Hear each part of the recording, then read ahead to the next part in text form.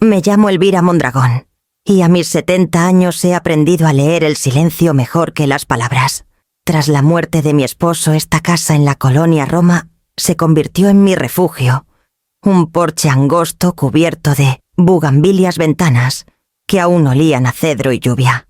Creía saber cómo sonaba la soledad. Esa noche descubrí que podía tocar 2 veces a la puerta trayendo de la mano a una niña. Amalia llegó al atardecer con los limpiaparabrisas, chirriando por la llovizna. Su abrigo estaba empapado, su labial demasiado rojo para un martes.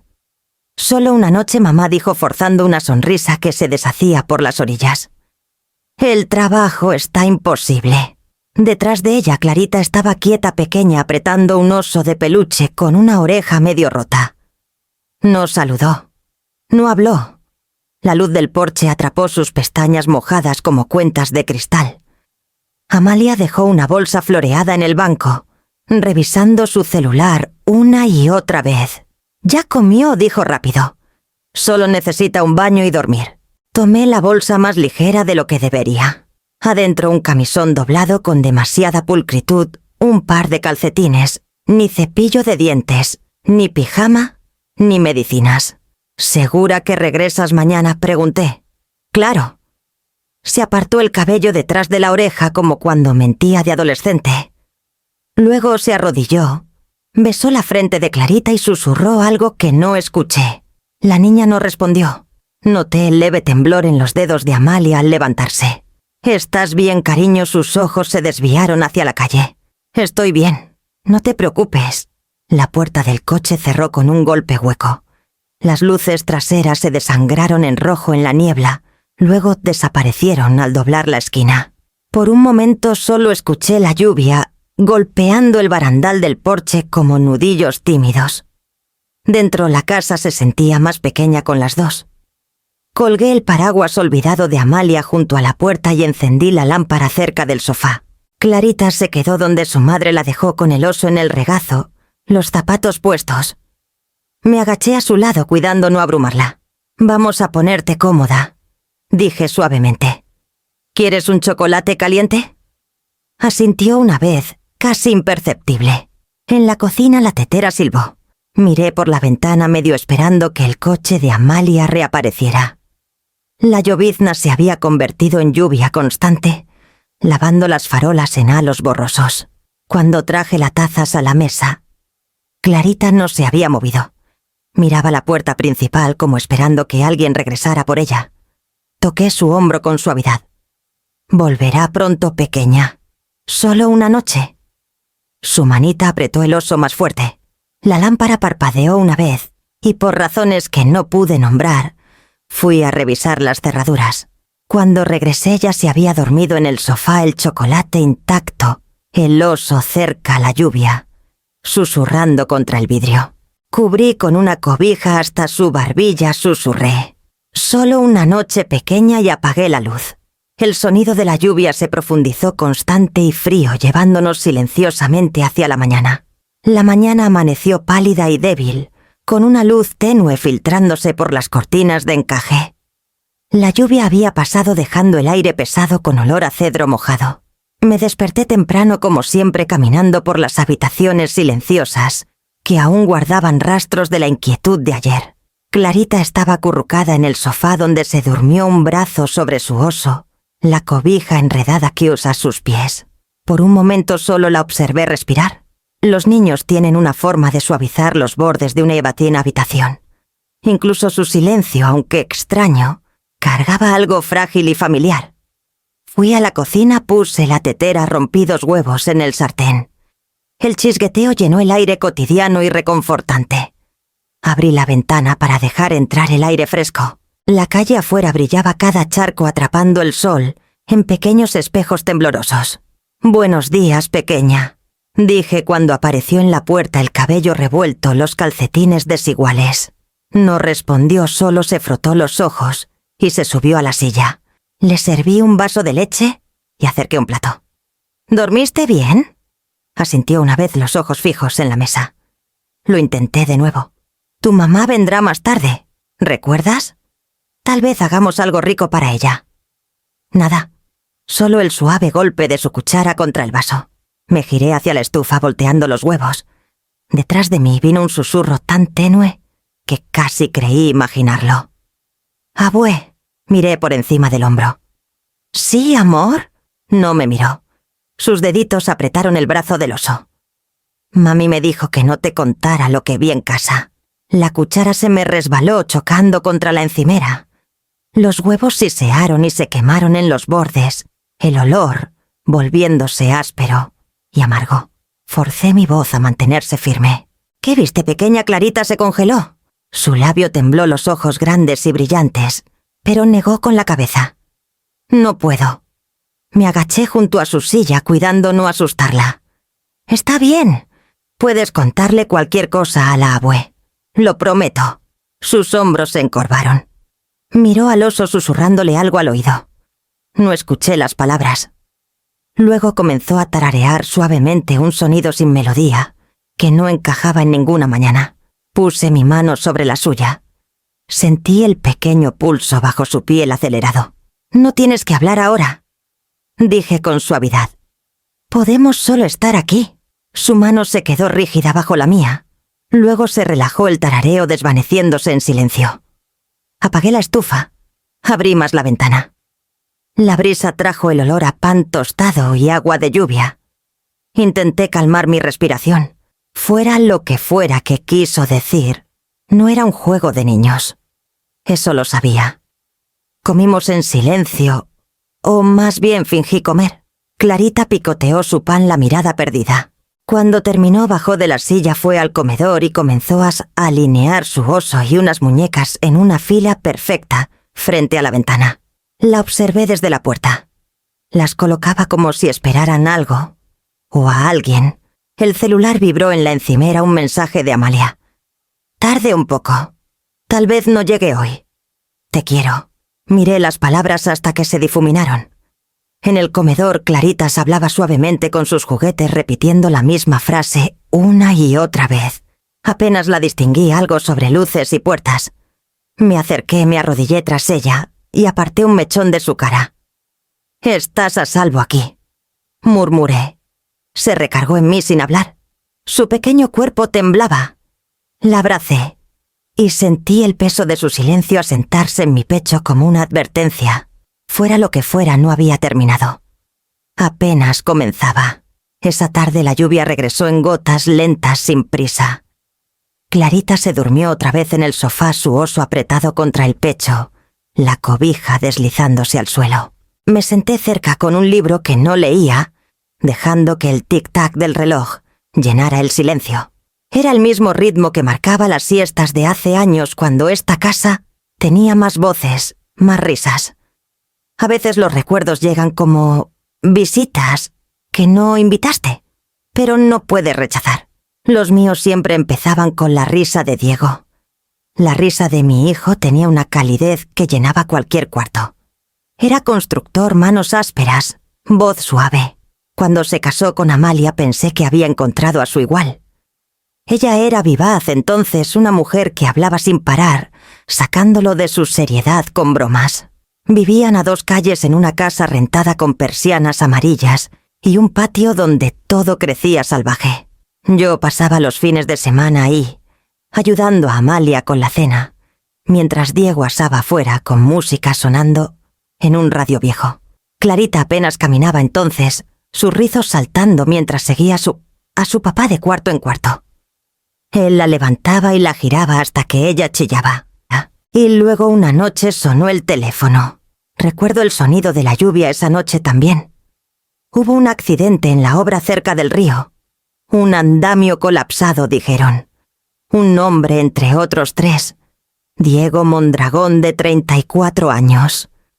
Los días que siguieron son un borrón que rara vez revisito el funeral, los guisados dejados en mi porche, la forma en que Amalia se sentó inmóvil junto al ataúd, como escuchando pasos que nunca regresarían.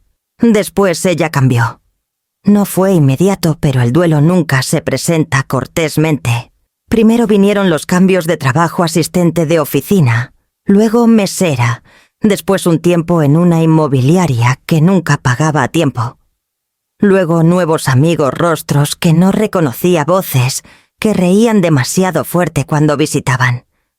Intenté preguntar, pero Amalia me esquivaba. «Estoy bien, mamá. Estoy resolviendo las cosas». A veces la veía en el mercado vestida con tacones caros que no podía pagar, el cabello teñido más oscuro cada mes. Ojeras como si no hubiera dormido. Quería preguntar por Clarita, por las cuentas, por cualquier cosa, pero ella me abrazaba rápido y prometía llamar. Rara vez lo hacía. Ahora, mirando a su hija dormir, sentí ese mismo dolor apretando detrás de mis costillas, el que comenzó el día que Diego murió. Aparté un mechón de la frente de Clarita susurrando su nombre como una oración. El celular vibró en la encimera. Lo revisé esperando un mensaje. En cambio, un buzón de voz. La voz de Amalia llegó agitada y apresurada. «Gracias de nuevo, mamá. No hagas preguntas. Sí, paso pronto». La línea se cortó. Me quedé ahí mucho tiempo, el zumbido estático aún en mi oído, la llovizna afuera golpeando más fuerte contra el vidrio. Arriba Clarita se movió en su sueño, murmurando algo que no entendí. Me dije que no era nada, que el duelo convierte a las personas en extraños. Pero una parte de mí, la que aún escuchaba el silencio, sabía que no era solo duelo. Era algo completamente distinto. A la mañana siguiente, el aire se volvió fresco trayendo un leve olor a pino del parque mojado al final de la calle. Clarita estaba en la mesa de la cocina con un puñado de crayones mientras yo doblaba ropa cerca. El silencio entre nosotras se había asentado en algo delicado, ni tenso ni tranquilo, solo cuidadoso. Siempre le había gustado dibujar. Diego decía que heredó mi paciencia para los detalles. Pero las formas que surgían bajo su manita esa mañana me apretaron el pecho. Dibujó un cuadrado que llenaba casi toda la hoja. Luego sombreó la mitad inferior más oscura que el resto. Dentro, pequeñas figuras de palitos estaban en fila. Sus brazos eran líneas pegadas a barras verticales. Arriba garabateó algo que parecía un círculo con bordes dentados. «Eso es un montón de puertas, pequeña», dije con suavidad. «¿Es una escuela?», negó con la cabeza sin levantar la vista. «Es nuestra casa. Nuestra casa, la que tiene la luz que zumba». Parpadeé. «¿Qué luz, cariño?», levantó el crayón y señaló el círculo que había dibujado el dentado. «La luz del sótano. Zumba todo el tiempo». La palabra sótano cayó más pesada de lo que debería. La casa de Amalia era rentada vieja. Recordaba el cimiento agrietado y el moho cuando la ayudé a mudarse hace años. No había estado en ese sótano desde entonces. Antes de que pudiera preguntar más, Clarita arrugó el dibujo, lo metió en su regazo y cambió de tema. «¿Podemos hacer galletas después?», forcé una sonrisa. «Claro que sí». Todo el día pequeños detalles me atrapaban como espinas en la ropa. Clarita se sobresaltaba cada vez que un coche pasaba fuera sus hombros brincando, incluso si era solo el camión del correo. Al atardecer un haz de faros cruzó la ventana y dejó caer su cuchara derramando leche sobre la mesa. «Solo es un coche, pequeña», dije suavemente limpiando el derrame con una servilleta. Sus ojos se quedaron fijos en la ventana. «Se parece al que llega de noche», susurró. «¿Qué coche?», pero solo apretó los labios y abrazó su oso. Esa noche, después de que se durmió, me senté en el sofá con mis anteojos y un cuadernito. No había escrito nada en años, no desde la muerte de Diego. Pero ahora necesitaba orden, prueba, algo que diera sentido a la inquietud que se colaba en cada rincón de mis pensamientos. Página 1. Sábado, 8:42 p.m. Clarita mencionó una luz en el sótano que zumba. Página 2. Se sobresaltó con los faros. Dibujó un dibujo de puertas cerradas. Cada nota me estabilizaba por un momento como barandales en un camino estrecho. Aún así, para cuando llegué al final de la tercera página, mi letra se había comenzado a temblar. Cuando revisé a Clarita antes de dormir, estaba acurrucada mirando la pared, el dibujo arrugado, medio escondido bajo su almohada. Lo saqué con cuidado. La hoja se había manchado donde sus dedos presionaron demasiado, pero aún veía el contorno de las figuras de palitos. Eran 6 esta vez, 5 dentro de la caja oscura y una afuera más pequeña sosteniendo algo que parecía una llave. El zumbido del refrigerador llenó la cocina cuando apagué la luz. Me quedé ahí un buen rato escuchando el pulso tranquilo de la casa, intentando convencerme de que lo que había dibujado era solo la imaginación de una niña. Pero al doblar la nota en mi bolsillo, me di cuenta de que el silencio a mi alrededor ya no se sentía como seguridad. Se sentía como el instante antes de que algo se rompa. Puse el cuaderno junto al teléfono, revisé las cerraduras otra vez y dejé la luz sobre el fregadero encendida toda la noche. Clarita murmuró una vez en su sueño palabras demasiado suaves para entenderlas. Por la mañana escribí una última línea antes de cerrar el cuaderno. Algo está pasando en esa casa. Necesito saber qué. El lunes por la mañana la lluvia se volvió fina e implacable, tejiendo líneas grises en la ventana de la cocina. Clarita estaba en el comedor con sus crayones tarareando bajito, mientras yo estaba junto al teléfono, el auricular pesado en mi mano. Había releído mis notas de la noche anterior 2 veces. Las palabras me miraban claras y seguras: puertas cerradas, luz que zumba, coche de noche. No quería creer que fuera serio. Pero creer en nada era peor. El número de la policía de la Ciudad de México estaba en un volante viejo sujeto por un imán en forma de jitomate. Marqué escuchando los clics apagados entre los tonos. Policía de la Ciudad de México, línea no de emergencia. ¿En qué puedo ayudarle? La voz al otro lado era brusca, del tipo que manejaba 100 llamadas al día. Di mi nombre. Luego expliqué que mi nieta había dicho cosas raras sobre su casa, que no sabía si significaban algo, pero estaba preocupada. La niña está en peligro inmediato, señora Dudé. No lo sé. Mencionó un sótano, una luz que zumba, dibuja cosas extrañas. Una pausa, el leve tecleo de fondo. Podemos registrar una nota de preocupación, dijo la mujer finalmente. Pero sin evidencia de negligencia o abuso sería mejor contactar a servicios de protección infantil. ¿Podrían enviar a alguien a revisar? Solo por si acaso. Otra pausa. Imaginé que miraba un reloj ya pasando al siguiente nombre en su lista. Sin causa probable no podemos enviar a un oficial. Registraré el reporte con un número de caso para referencia. El sonido del tecleo llenó el silencio. Apreté el borde de la encimera. ¿Puedo tener el número? ¿Claro? Caso 24, un F39C. Debería llamar directamente a servicios de protección infantil. Ellos sabrán cómo proceder. Su tono no era cruel, pero sí distante, cuidadoso, del tipo que vive detrás de un escritorio. Le agradecí de todos modos y escribí los números en mi cuaderno presionando la pluma demasiado fuerte. Después de colgar la casa, se sintió aún más silenciosa. El refrigerador zumbaba constante e indiferente. En el comedor, Clarita dibujaba otra vez, esta vez algo más brillante, tal vez flores, aunque una esquina de la hoja seguía oscura. Tomé una nota amarilla y copié el número del caso otra vez, cada trazo deliberado.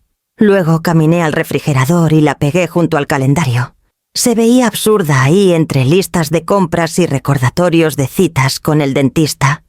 Una tira de tinta oficial en una casa que olía a pan tostado y jabón. Me quedé un largo momento mirándola. Una nota en un refrigerador en una casa, una voz en un mar de otras pequeñas alarmas que tal vez nunca serían escuchadas. Más tarde me preparé una taza de té y la llevé al porche. La llovizna se había suavizado en niebla cubriendo el barandal con gotas de plata. Al otro lado de la calle, el carillón del vecino temblaba levemente, el sonido fino y dulce. Dentro, Clarita comenzó a cantar bajito una melodía sin palabras. Su voz flotó por la puerta abierta, alta e incierta, como algo buscando la nota correcta. Me senté y abrí mi cuaderno otra vez, escribiendo una última entrada antes de cerrarlo. Llamé a la policía. Me refirieron a servicios infantiles. Caso registrado esperando. La página ondeó con la corriente de la puerta.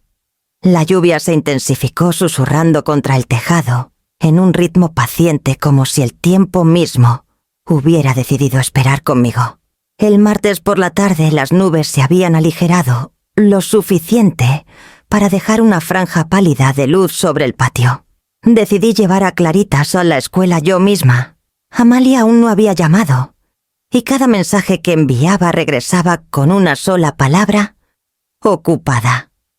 En la puerta del kinder, el mundo se sentía a la vez cotidiano y extraño. Padres charlando, el olor a crayones y desinfectante flotando desde las ventanas abiertas.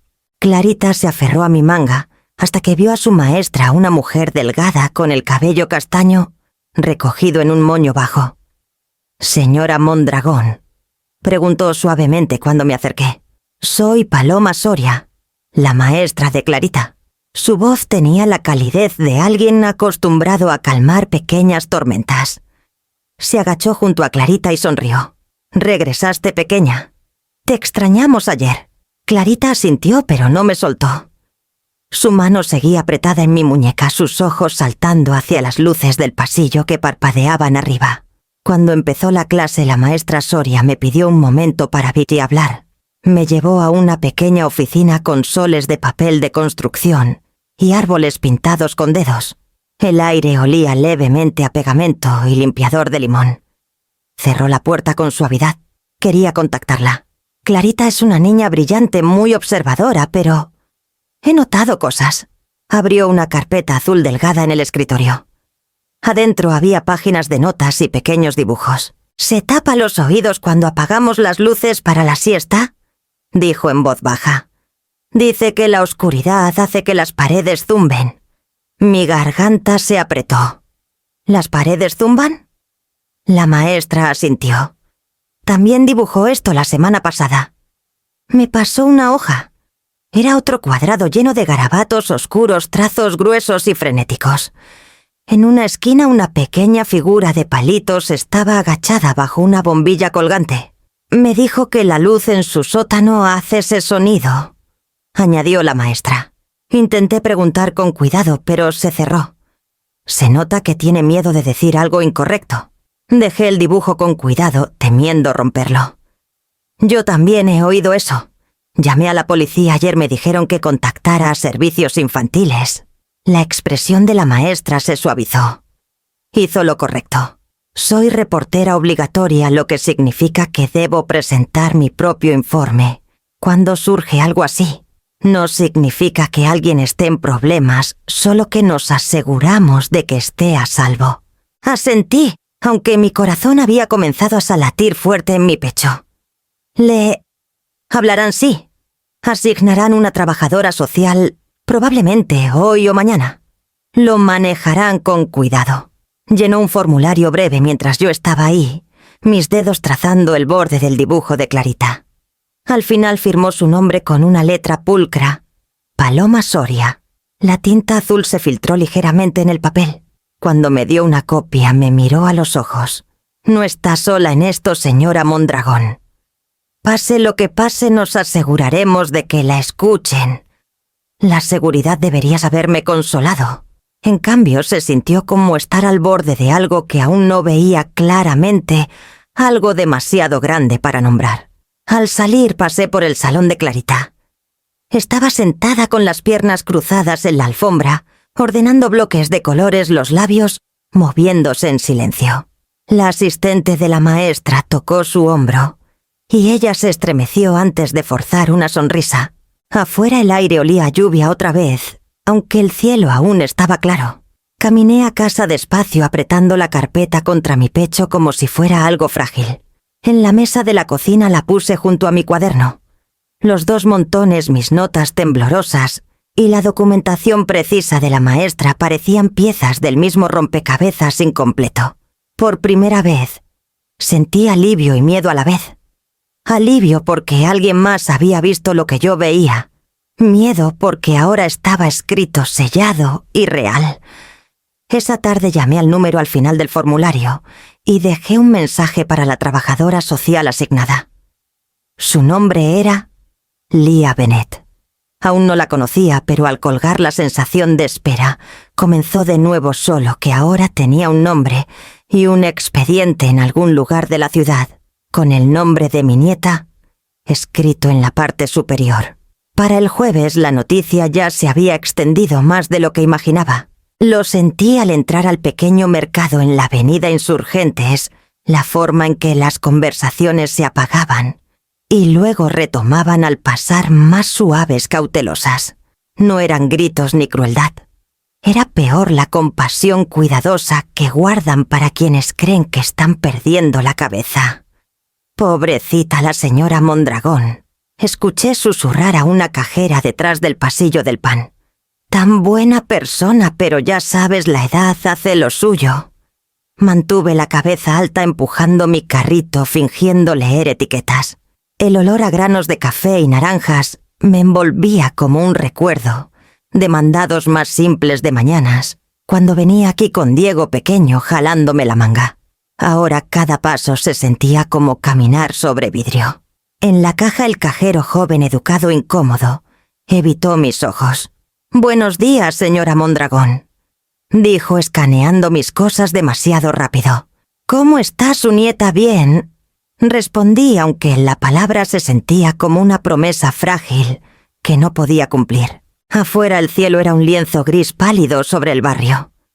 Metí la bolsa del mandado bajo mi brazo y comencé a caminar a casa, escuchando el eco de esos susurros todo el camino. Vieja loca. No era nueva esa palabra. Seguía a mujeres como yo solas, demasiado atentas, demasiado seguras de cosas que nadie más quería ver. En la esquina una voz llamó baja y firme. Elvira. Era Teo Morales, mi vecino de enfrente. Estaba en sus 70 con una leve cojera y la paciencia de un jardinero en sus movimientos. Su esposa había fallecido hace 2 años, pero aún recortaba el seto entre nuestras casas cada sábado, como si ella pudiera regresar a admirarlo. «Has estado muy callada últimamente», dijo apoyando una mano en su bastón. «Todo bien», dudé, estudiando su rostro. No era como los demás. Sus ojos no tenían esa lástima educada. «La gente piensa que estoy imaginando cosas», dije finalmente. «Pero mi nieta ha dicho cosas raras sobre la casa de su madre. Hice algunas llamadas. Están investigando». La expresión de Teo se ensombreció ligeramente. «He oído habladurías sobre ti», sí, dijo. «Pero no les hagas caso». Miró hacia la calle, hacia el rumbo de la casa de Amalia, donde el asfalto bajaba y giraba cerca de una hilera de fresnos. «A veces la gente habla porque es más fácil que escuchar». Hizo una pausa el viento, jalando el borde de su chamarra. «La cosa es», añadió en voz baja. «Yo también he oído cosas. De noche, de ese lado de la calle». Fruncí el ceño. «¿Qué cosas?».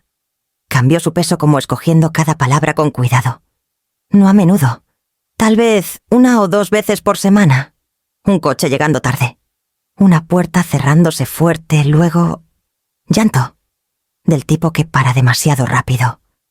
El sonido de esas 2 palabras, demasiado rápido, me apretó el pecho. Quise preguntar más, pero Teo solo negó con la cabeza. «Podría no ser nada», dijo, aunque su tono decía lo contrario. «Pero mantendré los oídos abiertos». «No estás loca, Elvira. No dejes que te hagan pensar que sí». Cuando llegué a casa, las bolsas del mandado se sentían más pesadas. Las puse en la encimera, cada artículo apagado y distante, bajo la luz brillante de la cocina. Por la ventana Teo aún estaba afuera, recortando su seto con trazos lentos y cuidadosos. Me quedé mirándolo hasta que el zumbido de sus tijeras se fundió con el ritmo de la calle. La soledad no se disipó, pero por primera vez, esa semana no se sintió como un final. Se sintió como el comienzo de que alguien por fin escuchara.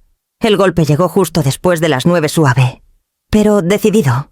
Aún estaba enjuagando los platos del desayuno cuando Clarita se congeló al sonido su cuchara cayendo al fregadero.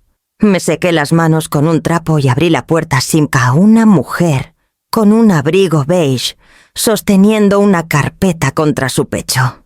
«Señora Mondragón», preguntó. «Soy Lía Benet, de Servicios de Protección Infantil». Su voz era calma, firme, con esa suavidad practicada que usan cuando esperan resistencia. No tendría más de 35 años, rizos oscuros recogidos pulcramente, ojos agudos pero amables. Asentí y me hice a un lado. El comedor parecía demasiado ordenado, como si hubiera preparado mi vida para una inspección. Clarita estaba en el sofá apretando su oso. Lia sonrió mientras se arrodillaba ya a su nivel. «Hola, Clarita. Soy Lia. Solo quiero platicar contigo un ratito». «¿Sí? Puedes contarme lo que quieras». Clarita dio un asentimiento mínimo, los ojos en la oreja del oso. Lia habló suavemente preguntando sobre la escuela, juegos favoritos, qué le gustaba hacer en casa. Las respuestas de Clarita eran cortas, educadas, del tipo que había aprendido para evitar más preguntas. Cuando las preguntas giraron hacia la casa de su madre, comenzó a torcer el brazo del oso, hasta que el relleno se movió bajo el pelaje. «La casa de tu mami suena bonita», dijo Lia con suavidad.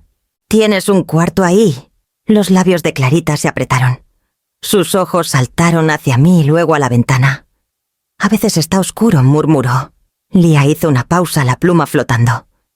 «¿Oscuro?» Clarita se encogió de hombros y se giró. «¿Puedo dibujar ahora?» Le traje sus crayones. Se inclinó sobre el papel y comenzó a dibujar con un enfoque furioso una fila de rectángulos desiguales, cada uno coronado por una bombilla. Lia observó en silencio. Después de unos minutos pidió hablar en privado. La llevé a la cocina. El tic-tac del reloj, de pronto demasiado fuerte. «Está retraída», dijo Lia en voz baja. «Eso es evidente, pero no ha dado una declaración directa sobre daño o peligro». «Está asustada», dije. «Se nota, lo sé», admitió. «Pero para una intervención legal necesito más que miedo. Archivaré la visita de hoy en el sistema. Significa que mantendremos un ojo en las cosas, revisiones, reportes de su maestra, pero no hay remoción ni acción protectora ahora». Las palabras cayeron como ceniza entre nosotras. «¿Volverá a casa de su madre esta noche?», preguntó Lia. «Sí. Amalia debe recogerla después del trabajo». Lia cerró su carpeta con cuidado. «Siga documentando cualquier cosa inusual. Y si alguna vez cree que Clarita está en peligro inmediato, llame a la línea de emergencia, no a servicios». Sus ojos se detuvieron en mí por un momento. Una mirada de disculpa y contención entrelazadas. «Está haciendo lo que puede, señora Mondragón. Ojalá fuera suficiente». Cuando se fue la luz de la tarde, comenzó a desvanecerse. Me quedé en la ventana viendo su coche alejarse, sintiendo la casa encogerse a mi alrededor. Una hora después, Amalia llegó. No entró. Se quedó en el porche, celular en mano, ojos escondidos, tras lentes oscuros, aunque el cielo estaba nublado. «Gracias por cuidarla», dijo. «Me enteré que vino servicios. No debiste llamarlos mamá». Su tono no era enojado, solo frío, desprovisto de algo humano. «Hice lo que creí correcto», respondí. Amalia dio una risa seca, apartando el cabello de su cara. «Nunca sabes cuándo parar de meterte». Extendió la mano hacia Clarita, que dudó antes de seguirla por las escaleras. La niña miró atrás una vez, solo una, antes de que la puerta del coche se cerrara y el motor arrancara. Cuando se fueron, el silencio que cayó sobre el porche no se sintió como paz. Se sintió como la calma antes de que algo se desate. Era casi el atardecer cuando Teo tocó a mi puerta. El viento se había vuelto cortante, trayendo el olor a lluvia y el leve zumbido de las farolas intentando encenderse. Acababa de servirme un té, el tipo de ritual vespertino que calmaba mis manos cuando su sombra llenó el umbral. Elvira, dijo su voz baja, urgente, de una forma que aceleró mi corazón. «Creo que deberías ver algo». Me llevó al porche de su casa. Su bungalow estaba oscuro salvo por el resplandor azul de su televisor y una lámpara tenue junto a una silla de piel gastada. En la mesa de centro estaba su laptop vieja, el cable de carga enredado como una vena. Teo me indicó que me sentara. «Mi sobrino me ayudó a instalar cámaras de seguridad tras los robos del año pasado», dijo. «Capturan movimiento de noche casi siempre mapaches y camionetas de reparto. Pero ayer revisé las grabaciones del fin de semana pasado. Hizo doble clic en un archivo. El video granulado cobró vida. El sello de tiempo marcaba 2:13 AM viernes. La calle parecía vacía, la lluvia rayando la lente. Luego movimiento. Un coche se detuvo frente a la casa de Amalia. Sin faros. La puerta del conductor se abrió y mi hija salió. Su abrigo estaba cerrado, la cabeza girando a los lados. Por un momento se quedó quieta como escuchando. Luego caminó al lado del pasajero y abrió la puerta. Una figura pequeña bajó. Incluso con la distorsión de la lluvia, pude ver el contorno una niña. Mucho más pequeña que Clarita. Los hombros encorvados bajo una chamarra delgada, el cabello corto, sus pasos vacilantes. Amalia la tomó de la mano y la llevó por el sendero. La puerta principal se abrió derramando luz, luego se cerró tras ellas. El clip terminó ahí. Theo congeló el cuadro, amplió ligeramente, aunque la imagen solo se volvió más borrosa. Aún así pude distinguir lo suficiente el ángulo de los hombros de mi hija, la inclinación de su cabeza, la silueta temblorosa de esa pequeña a su lado. Mi voz salió seca. «Esa no es Clarita», no dijo Theo en voz baja. «No lo es». El reloj en su pared, tic-tac constante y cruel. Intenté respirar, pero mi pecho se negaba a moverse. «¿Hace cuánto? 5 noches», respondió. Casi lo borré. Pensé que tal vez era un familiar o la hija de una amiga. Pero, después de lo que me contaste, dejó la frase colgando incompleta. Por un largo rato nos quedamos en silencio. El zumbido de su refrigerador llenó el espacio, y de fondo el sonido apagado de la lluvia, golpeando el tejado. Cuando me levanté, mis rodillas temblaron. «¿Puedes darme una copia?», asintió. «Ya la hice. Aquí». Me dio un USB pequeño etiquetado con su letra cuidadosa: grabación 2:13 AM. En casa no podía quedarme quieta. Dejé el USB en la encimera como si fuera algo frágil, temiendo tocarlo, temiendo no hacerlo. Luego llamé a la policía de la Ciudad de México otra vez y pedí por el teniente Arrieta. Respondió tras 2 traslados su voz cortante pero educada. «Sí, señora Mondragón, la recuerdo». «Tengo algo», dije. «Grabación de seguridad. Mi hija lleva a una niña para su casa de noche. No es Clarita, otra niña». Una pausa. «¿Tiene la grabación con usted?» «Sí, está en un USB. Se ve su rostro y el sello de tiempo». «Por favor, teniente, necesito que lo vea». Exhaló lentamente. «Está bien. Venga mañana por la mañana. Traiga el archivo, lo revisaré personalmente». Cuando terminó la llamada me quedé ahí, apretando el teléfono, el sonido de mi propio pulso, rugiendo en mis oídos. La habitación a mi alrededor se sentía más pequeña, como si el aire se hubiera espesado, con todo lo que no quería creer. Metí el USB en mi bolsillo y apagué la luz de la cocina. Al otro lado de la calle, la casa de Amalia estaba en silencio, sus ventanas oscuras. En algún lugar dentro, quizás, bajo ese mismo tejado, donde mi hijo una vez vivió otra niña, respiraba el mismo aire invisible. Y por primera vez desde que esto comenzó, mi duda se convirtió en algo más duro: convicción. A la mañana siguiente, la Ciudad de México se sentía limpia, pero pesada. Las calles resbalosas por la lluvia de anoche. Llegué a la estación con el USB pequeño como si fuera vidrio. El oficial de recepción me llevó a la oficina del teniente Arrieta, donde el leve zumbido de las computadoras llenaba el aire. Parecía más viejo de lo que recordaba, barba canosa, ojos cansados, pero su postura era firme. «Señora Mondragón», dijo señalando una silla. «Veamos qué trajo». Le di el USB sin decir palabra. Lo conectó a su monitor, navegando carpetas con la precisión de alguien que no pierde tiempo. El video granulado llenó la pantalla y sentí mi estómago apretarse otra vez. El sello de tiempo parpadeaba en la esquina 02:13 27 AM. El coche de Amalia. El movimiento lento, la puerta abriendo, la niña bajando. Arrieta se inclinó más cerca. Repitió el segmento 2 veces, ajustando el contraste, hasta que las figuras se aclararon un poco. «Esa es su hija, sí», susurré. «Y la niña no es mi nieta». No respondió de inmediato. Su mano se movió al teclado abriendo otra pantalla a alguna base de datos. Vi líneas de nombres, fechas y fotos pasar más rápido de lo que podía leer. «¡Esperé!», murmuró entrecerrando los ojos. «Hay una alerta Amber activa desde Cuernavaca». Amplió una foto. Una niña pequeña con cabello corto. Mejillas redondas, ojos demasiado serios para su edad. Debajo el texto decía: «Lucerito Ramos. 5 años desaparecida desde el 8 de febrero». Volvió al video, congeló el cuadro, luego me miró. «Necesitaré que lo verifiquen en forenses, pero el parecido es fuerte. Muy fuerte». Mi pulso comenzó a latir en mi garganta. «Entonces es real», dije suavemente. «Esa niña existe». Arrieta sintió la mandíbula tensa. «Eso parece».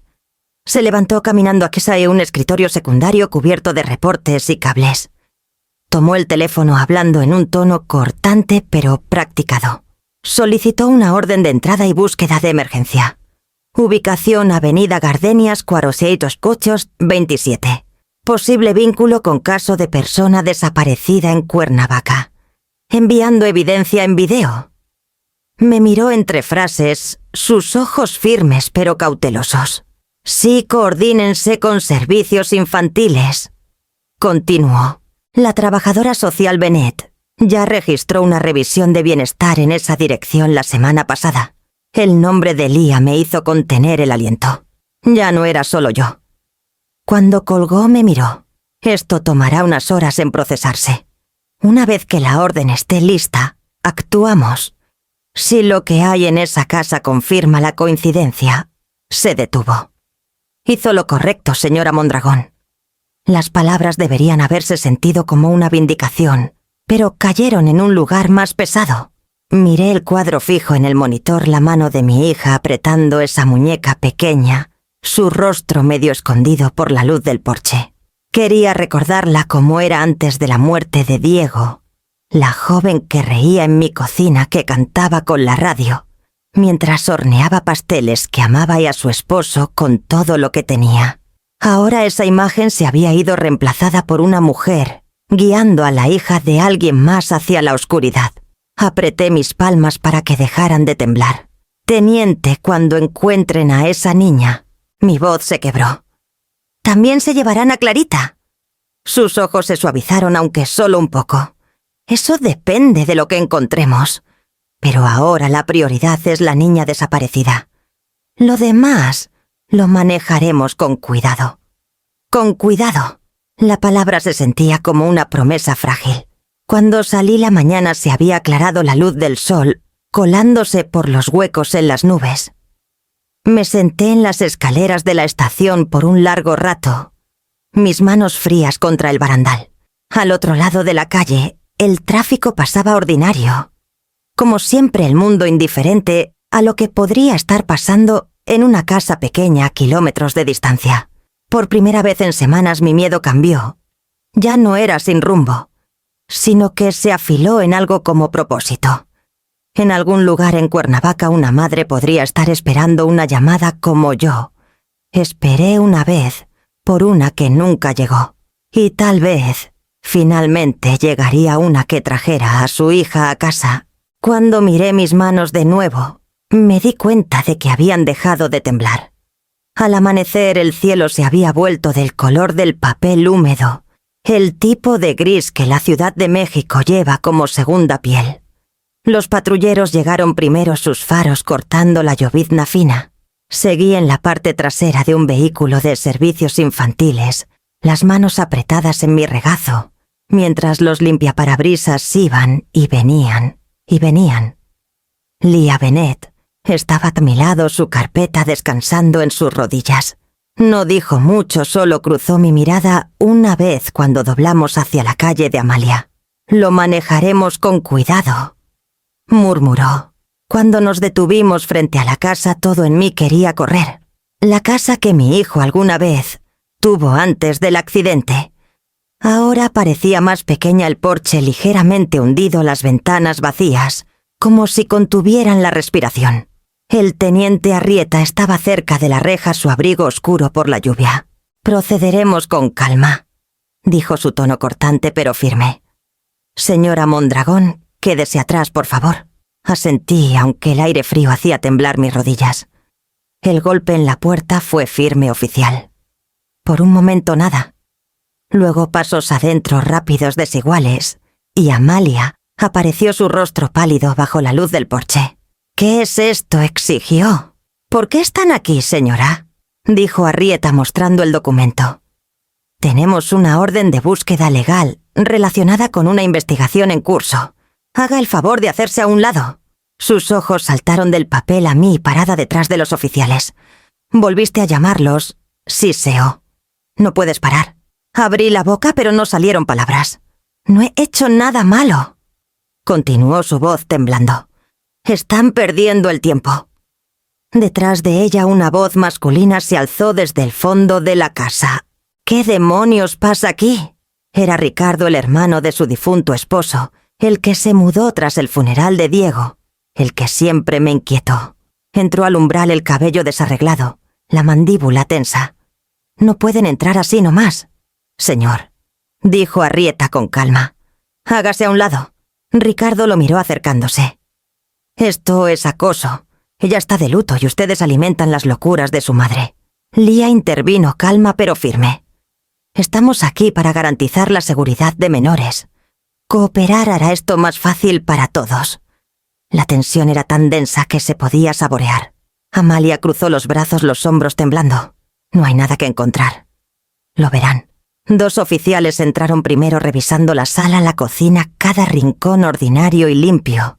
Demasiado limpio. Un leve olor a cloro flotaba en el aire. Luego vino el pasillo. Conocía ese pasillo. Los tablones estrechos que Diego pulió alguna vez. Las fotos familiares que colgaban en la pared ya no estaban reemplazadas por yeso desnudo. Al fondo había una puerta metálica que no veía en años la entrada al sótano, su marco ligeramente deformado por la humedad. Un oficial probó la perilla. «Cerrada». «Sótano, teniente», llamó. Amalia se movió rápido interponiéndose. «No hay nada ahí abajo, solo herramientas y cajas. Está mohoso». «Peligroso». Su voz se quebró en la última palabra. El tono de Arrieta se endureció. «Las llaves, por favor». «Dije que es peligroso». Ricardo se acercó, pero otro oficial lo bloqueó. Sus manos se cerraron en puños. «No pueden». «Podemos», cortó Arrieta sacando un llavero maestro. «Hágase a un lado, señora». La compostura de Amalia se astilló. Alcanzó la perilla presionando su espalda contra la puerta, como si pudiera mantenerla cerrada con su cuerpo. «No hagan esto», susurró. «No entienden». La expresión de Arrieta no cambió. «Apártese», como no lo hizo. Un oficial tomó su brazo con suavidad y la guió hacia atrás.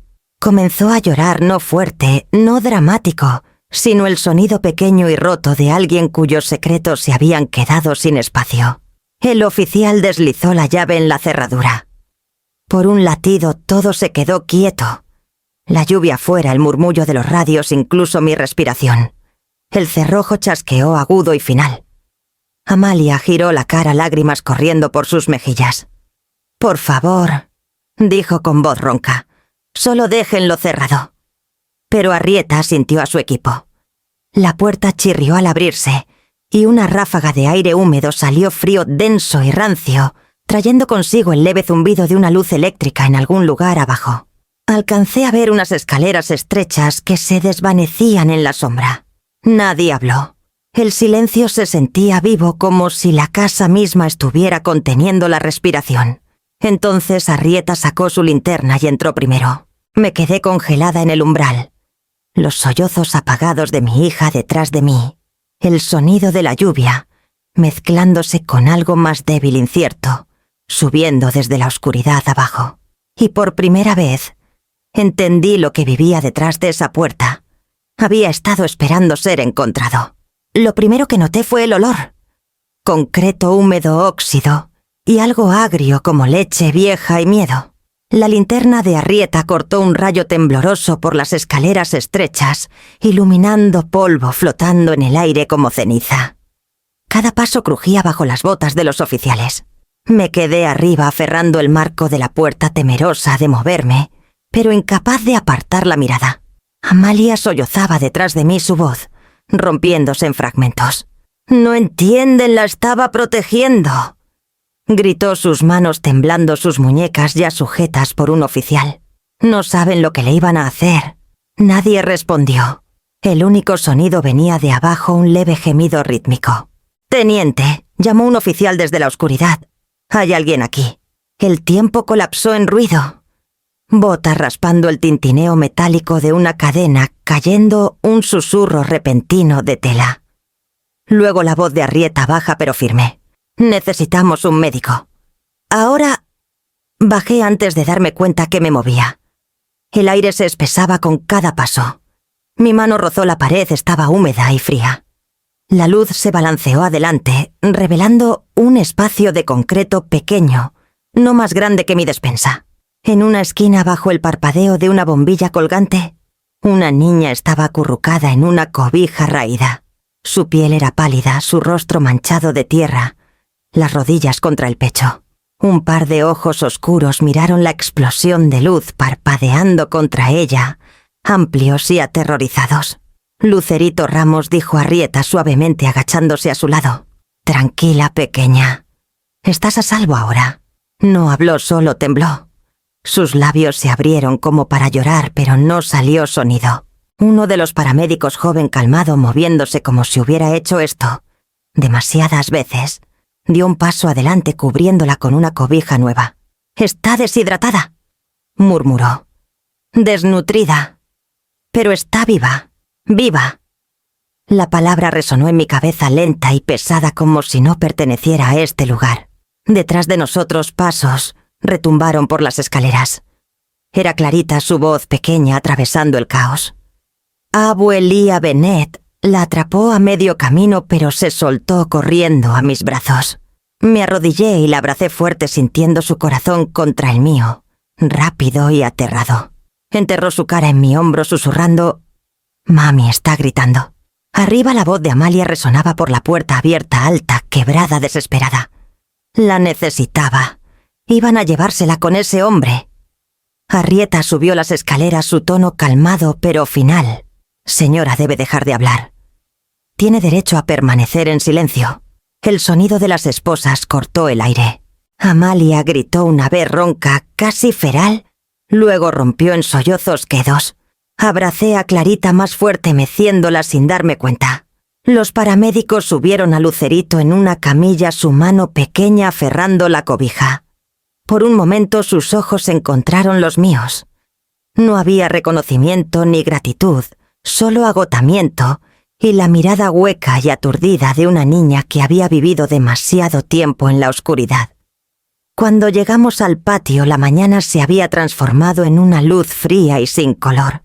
Lloviznaba otra vez, fina como aliento. Los vecinos se habían reunido detrás de la cinta policial, susurrando el tipo de susurros que cambian todo una vez que abandonan una calle como esta. Lía se quedó a mi lado, una mano firme en mi hombro. «La llevarán primero al hospital infantil», dijo en voz baja. «Ya contactaron a su familia. Vendrán pronto». Asentí, pero no pude hablar. Mi hija estaba siendo llevada a la parte trasera de una patrulla, el cabello pegado a su rostro, los ojos salvajes con algo entre culpa y convicción. Me miró mientras la puerta se cerraba, una mirada larga y desesperada, que no pertenecía ni a la mujer que era, ni a la niña que crié. El motor arrancó. Las luces azules pulsaban contra la lluvia. Clarita susurró en mi abrigo, la voz temblorosa. «Abue, ¿qué está pasando?» Acaricié su cabello y dije la única verdad que pude manejar. Algo que necesitaba terminar, pequeña. La ambulancia se alejó, su sirena cortando la quietud. La miré hasta que el sonido se desvaneció en nada, hasta que la llovizna difuminó todo, casas, coches, rostros en gris. Entonces me di cuenta de que mis manos aún temblaban, no de miedo, sino del peso de saber que salvar a una niña me había costado otra. Cuando la última patrulla se fue, la calle se volvió inquietantemente silenciosa. La lluvia se había parado, pero el aire cargaba esa pesadez húmeda que sigue a una tormenta Un silencio demasiado completo para confiar. Me senté en las escaleras del porche. Clarita dormida en mi regazo. Su mano pequeña curvada en mi muñeca. La luz azul de las ambulancias que partían aún parpadeaba débilmente contra el pavimento mojado, pintando todo en un extraño medio resplandor. El teniente Arrieta se acercó en silencio, su abrigo desabotonado, las líneas de cansancio profundas alrededor de su boca. Señora Mondragón, dijo con suavidad, necesitaremos su declaración completa. Mañana por la mañana. Solo procedimiento. Asentí. ¿Y ella? Mi hija. La están procesando esta noche, dijo con cuidado. La oficina del Ministerio Público manejará el resto. Hay mucho que no sabemos aún por qué lo hizo, cuánto tiempo estuvo la niña ahí. Pero la niña está a salvo ahora. A salvo. La palabra se sentía pesada como algo demasiado grande para sostener. Arrieta me miró por un largo momento antes de añadir. Hizo lo correcto, aunque no lo sienta así. Ahora. Luego se giró. Habló brevemente con Lia Bennett junto a la patrulla y se fue dejando la calle en un silencio que zumbaba débilmente con los murmullos de los vecinos reunidos al borde de la manzana. No se acercaron. Estaban en pequeños grupos, manos cruzadas, voces bajas. Algunos parecían curiosos, otros compasivos y unos pocos no podían ocultar el destello de juicio. Reconocí rostros que había conocido por años, gente que alguna vez trajo guisados tras el funeral de Diego, que compartió azúcar o correo, o esquejes de jardín. Ahora miraban como si hubiera arrancado el velo de algo que nadie quería ver. Theo cruzó la calle primero. Su cojera era más pronunciada esa noche, pero su expresión firme. «Están diciendo cosas». Elvira murmuró. «Pero no tienes que escucharlas. Estoy demasiado cansada para hacerlo». Dije, mi voz quebrándose. Asintió apoyando una mano en mi hombro. Detrás de él, Rosa, mi vieja amiga de la iglesia, apareció sosteniendo un termo de té de manzanilla. No dijo nada, solo lo presionó en mis manos. Una pequeña bondad cálida y anclante. Luego llegó la maestra Soria, aún con su chaleco de trabajo, el cabello húmedo por la llovizna. «Me enteré», dijo suavemente. «Me quedé con los niños hasta que llegaron los últimos padres. Vieron los camiones de noticias. No pude mirarla el casor a los ojos. «Era tu alumna», murmuré. «Y mi hija le hizo eso. Era responsabilidad de todos», dijo Paloma. «Tú actuaste cuando nadie más lo hizo». Sus palabras se asentaron en algún lugar profundo. Ni consuelo ni acusación, solo verdad. Desde el otro lado de la calle los faros de una camioneta de prensa se encendieron. Ya podía imaginar las historias que seguirían los titulares, los relatos susurrados, los rostros que tendría que enfrentar en el mercado. Me levanté despacio abrazando a Clarita más cerca. Se movió pero no despertó su mejilla presionada contra mi abrigo. Rosa me ayudó a llegar a la puerta. «Necesitas descansar», dijo. «Mañana llegará pronto». Dentro la casa olía levemente a lluvia y jabón. Puse a Clarita en el sofá, la cubrí con una colcha y la miré dormir. Por primera vez su rostro parecía en paz, no la niña cautelosa y alerta que había conocido estas últimas semanas, sino solo una niña en reposo. Afuera Theo y Rosa se quedaron un momento más, antes de irse a casa.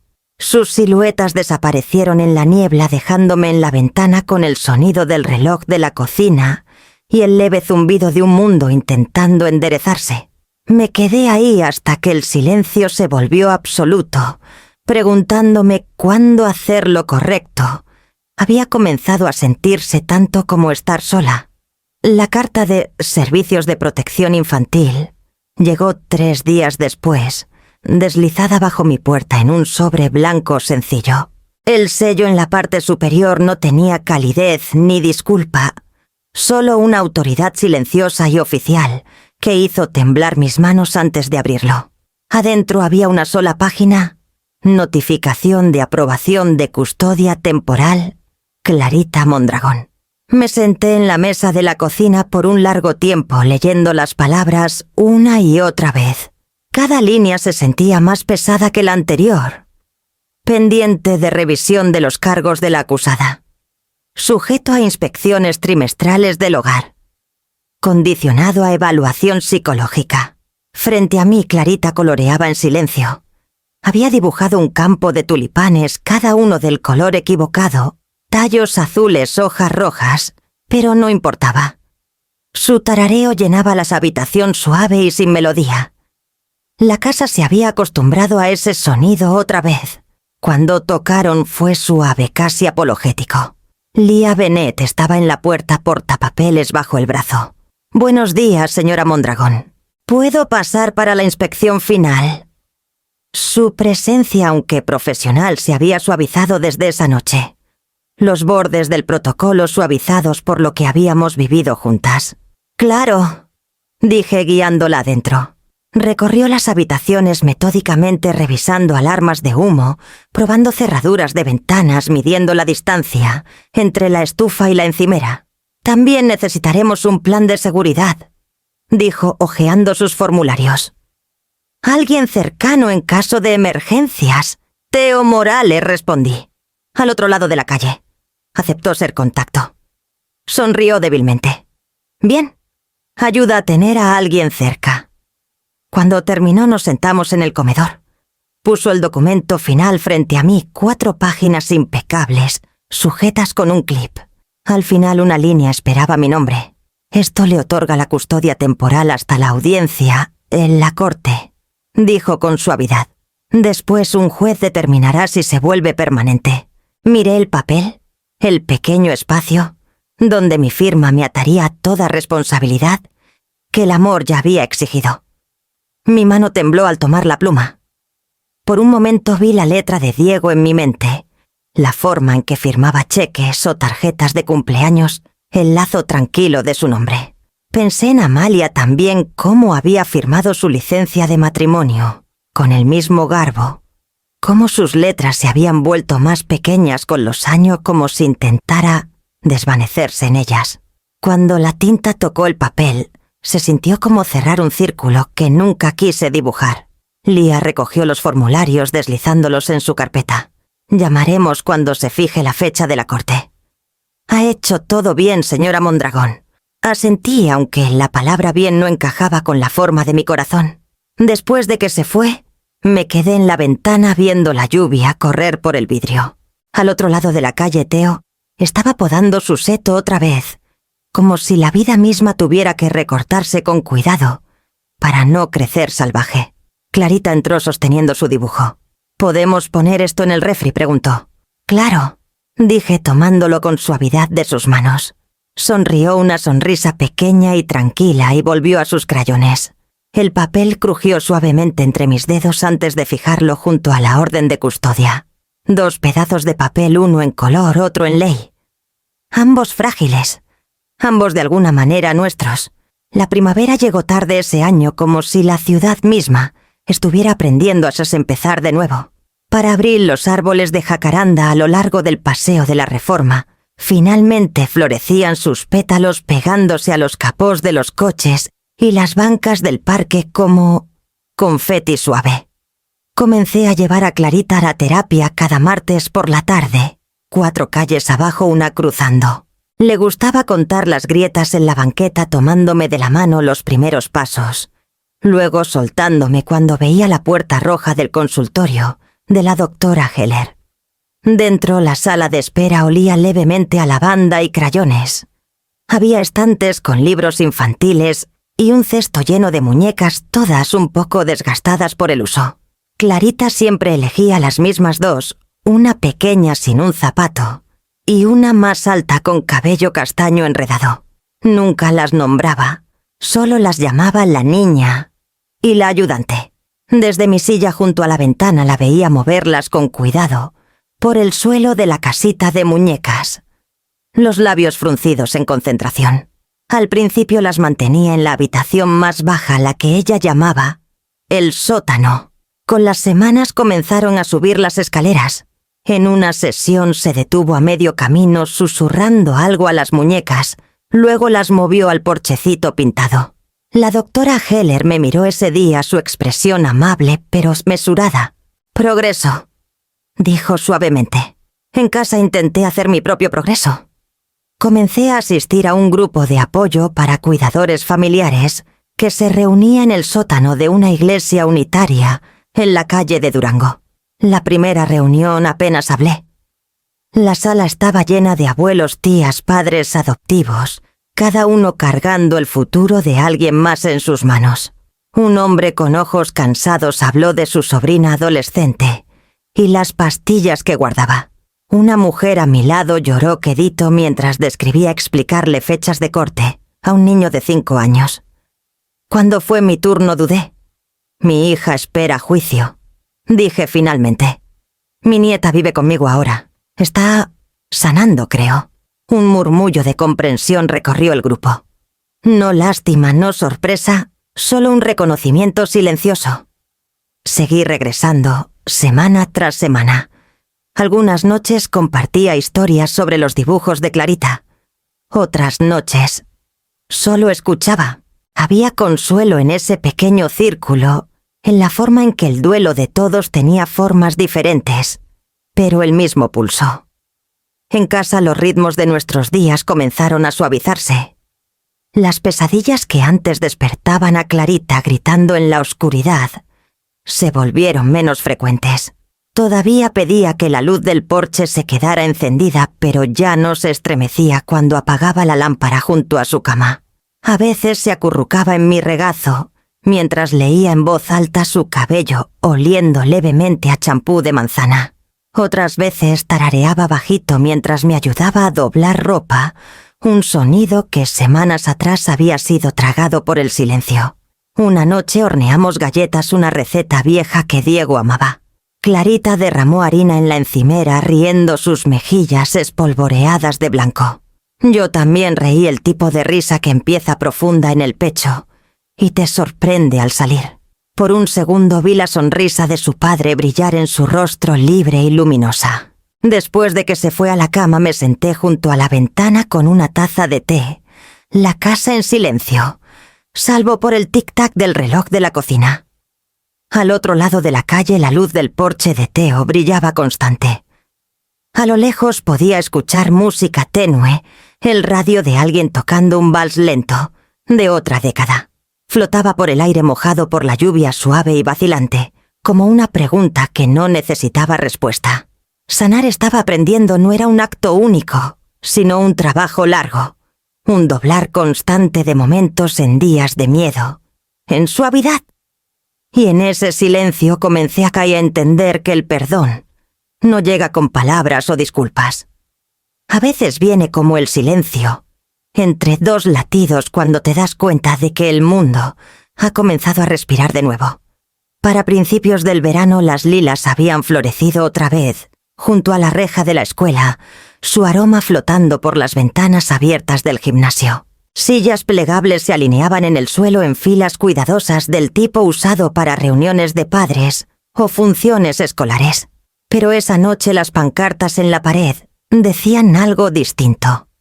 Foro de seguridad comunitaria. Notar señales.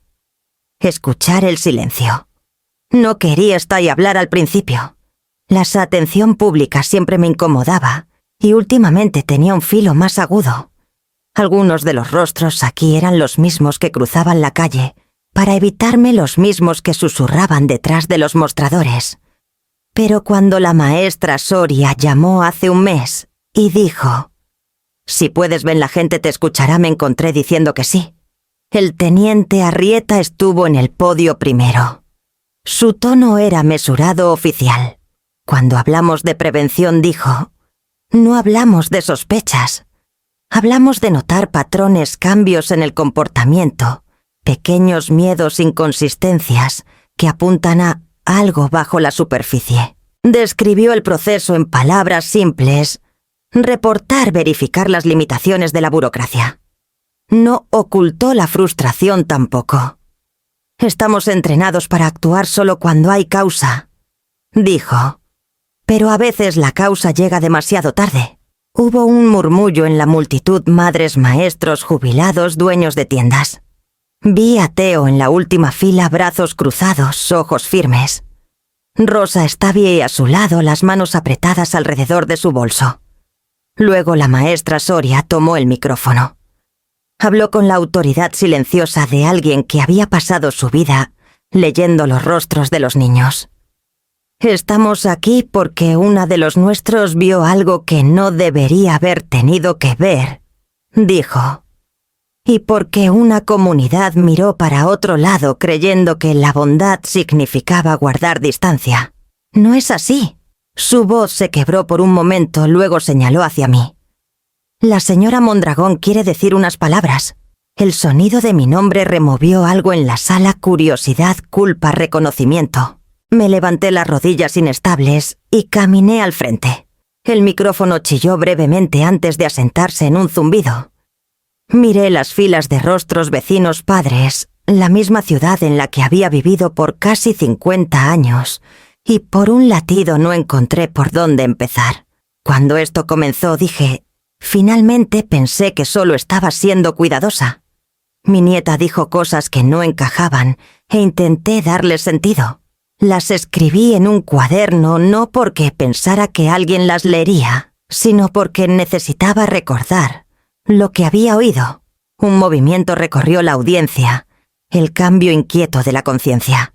Llamé a la policía una vez y me dijeron que llamara a servicios infantiles. Llamé a servicios infantiles y me dijeron que esperara. Todos hacían su trabajo. Todos seguían las reglas. Y aún así, había una niña en un sótano. El gimnasio estaba en silencio salvo por el leve zumbido de las luces fluorescentes.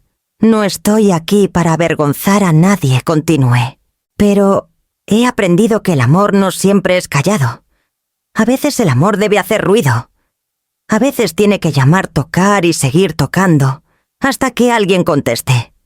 Una mujer en la tercera fila comenzó a llorar suavemente. Arrieta miró al suelo, las manos cruzadas detrás de la espalda. Cuando terminé, no hubo aplausos, solo un largo silencio que se sintió como algo cambiando. Luego Teo se levantó y comenzó a aplaudir lento al principio.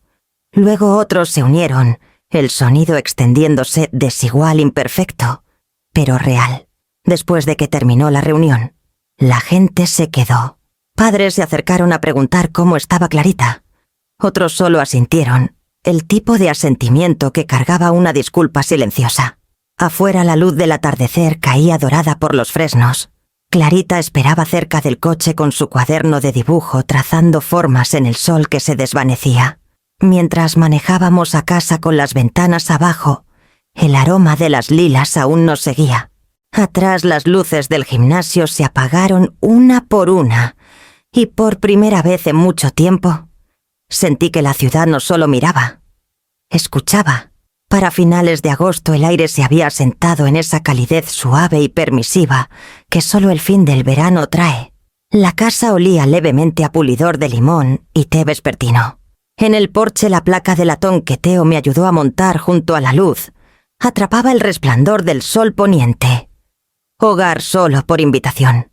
No estaba destinada y estás hecha a mantener a la gente afuera. Era un recordatorio para mí, para cualquiera que viniera, después de que el amor también necesitaba límites para sobrevivir. Clarita estaba en el patio persiguiendo luciérnagas, su risa flotando en el crepúsculo. Había crecido más alta ese verano, su cabello un poco más largo, su voz más firme. El miedo que alguna vez vivía en sus movimientos se había diluido en algo más suave, como la sombra de una cicatriz que ya no dolía. Puse mi taza de té en la mesita a mi lado, el vapor curvándose perezosamente hacia arriba. El sonido de los grillos zumbaba bajo el rumor distante del río. Esa tarde el cartero había dejado una sola postal bajo el tapete. La portada mostraba una foto de los jardines de rosas de Cuernavaca, hileras de flores floreciendo, en colores que no existían en ningún otro lugar. En la parte trasera, con letra cuidadosa, estaban las palabras: «Estamos en casa ahora. Ella está aprendiendo a dormir sin la luz encendida. Salvaste el mundo para nosotras». No había firma, pero no la necesitaba. Puse la postal bajo mi taza a la esquina atrapando un anillo de condensación y sentí algo dentro de mí destensarse que no sabía que aún estaba apretado. El proceso legal había terminado en silencio un mes atrás. La sentencia de Amalia fue más ligera de lo que algunos esperaban, más dura de lo que otros pensaban. Asistí a cada audiencia, pero nunca hablé. Hubo momentos en que quise alcanzarla, preguntar por qué ofrecer algo como perdón, pero las palabras nunca encajaban. Algunos silencios son su propia forma de misericordia. Clarita nunca preguntó por su madre en detalle. Los niños tienen una manera de protegerse sin darse cuenta. Una vez, mientras dibujaba en el porche, levantó la vista y preguntó: ¿Mami vendrá aquí otra vez? Tal vez le dije: sí, aprende a pedirlo. Ahora, mientras corría descalza por el patio atrapando luz que parpadeaba y escapaba, pensé en cómo sobrevivir. No siempre es ruidoso o grandioso. A veces es solo la persistencia tranquila de vivir decentemente, después de que todo se desmorona. La voz de Theo flotó desde el otro lado de la calle. Estaba afinando su viejo radio. Otra vez, el que solo tocaba música de los 60. Una melodía tenue de cuerdas y metales flotaba en el aire mezclándose con la risa de Clarita y el zumbido de los insectos nocturnos. Alcancé el interruptor de la luz del porche y la encendí. El foco brilló constante y dorado, proyectando un pequeño círculo de seguridad en las escaleras. En el reflejo de la ventana vi la casa detrás de mí, no embrujada, no heroica, solo viva. Tomé un sorbo lento de té, trazando el borde de la taza con mi pulgar. La placa atrapó la luz otra vez, su grabado suave pero inquebrantable. Más allá del patio, la última de las luciérnagas parpadeó. Clarita saludó hacia el porche, su voz brillante. «Ah, pues mira, están bailando».